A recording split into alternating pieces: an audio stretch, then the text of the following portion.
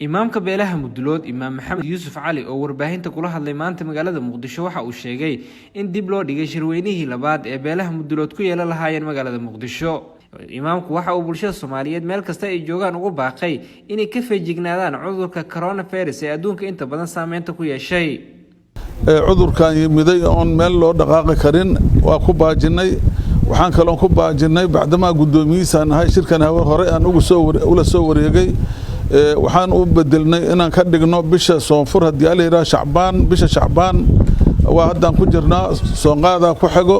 soonfur 23 aan rabnaa haddaan cudur jirinin oo dalku nabad yahay oo dalka dibadda la isaga imaan karo in Mudulood oo isaga yimaado dibadda iyo gudaha shirkoodina la qabto.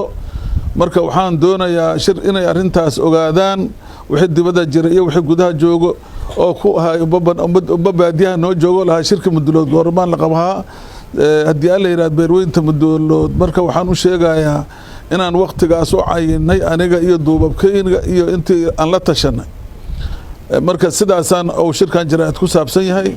waxaan kaloon sheegayaa hadii la yiraahdo beledka iyo adduunyada dhan cudurka ka yimiday cudurkaas waxaan leeyahay ilaahayow caafimaad noogu bedel ilaahu caafimaad noogu bedel qaas ahaan muslimiinta ayaan ugu duceeyaa in ilaahay caafimaad siiyo qaas ahaan Soomaaliya ayaan ugu duceeyaa in caafimaad Allah siiyo qaas ahaan Mudulood ayaan haddana ugu duceeyaa waxaana farayaa in la akhristo diinka rabbigay hadda waa ka bilowday xamar waa laga akhriyo hayaa dibadda in laga akhriyo gurgur in loo akhristo hadii la yaabo yaasiinka la yiraahdo kalaanka ilaahay in lagu dhawaadaan ka doonaya ummadda Soomaaliyeed oo muslimiinta.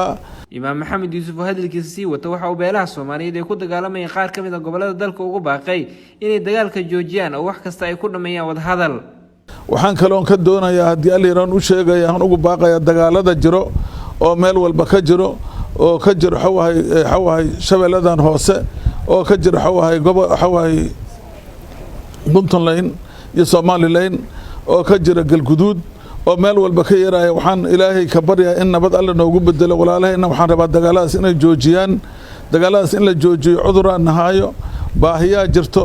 soonqaada noo yimiday ilaahay laga cabsado waa adooman ilaahay ayaan nahay bisha soonqaado ilaahay la baryayo halka balkuleena timiday colaada hal la joojiyo ee lagu bedelo nabad hal lagu bedelo cudurkan ilaahay caafimaad noogu bedelo. intaasaan ku baaqayaa waxaan ku baaqayaa wadaadada hadda quraanka akhrihayo oo xamar dhaxis ka akhrihayo inaan ilaahay idinkiisa in la taageero. waxaan haddana leeyahay qolada caafimaadka taladooda hal la qaato caafimaadka taladooda hal la qaato yaan la isu tagin meelaha la taginay yiraahdeen waa ogtiin daacuunki idinku dad yaraatay 70 jiraan ah dib badanaan soo marna markooda waa run ilaahay ninka waxyeelaa waa goorin laakiin in la dhowrsado waa banaan tahay. qolada caafimaadka warkooda hay la yeelo taladooda hal la qaato haddaan nahay dad Soomaaliya oo muslimiin nahay nin walba meeshiisa ku ekaado inkastoo Soomaalidu xoogsato tahay oo xoogayna wax walba nooga jiraan haddana ilaahay aan baryaynaa xawahay dadka xawahay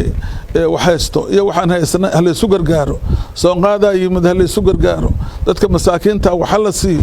dadka fuqarada hal la fiirsho yaa ilaahay inta laga cabsado ninka ilaahay wax siiyay iyadana taasaan leeyahay. midda kale waxaan leeyahay haddaan Muduloodnahay waxaan ku baaqayaa kitaabka Alle iyo sunnada in la qaato lagu dhaqmo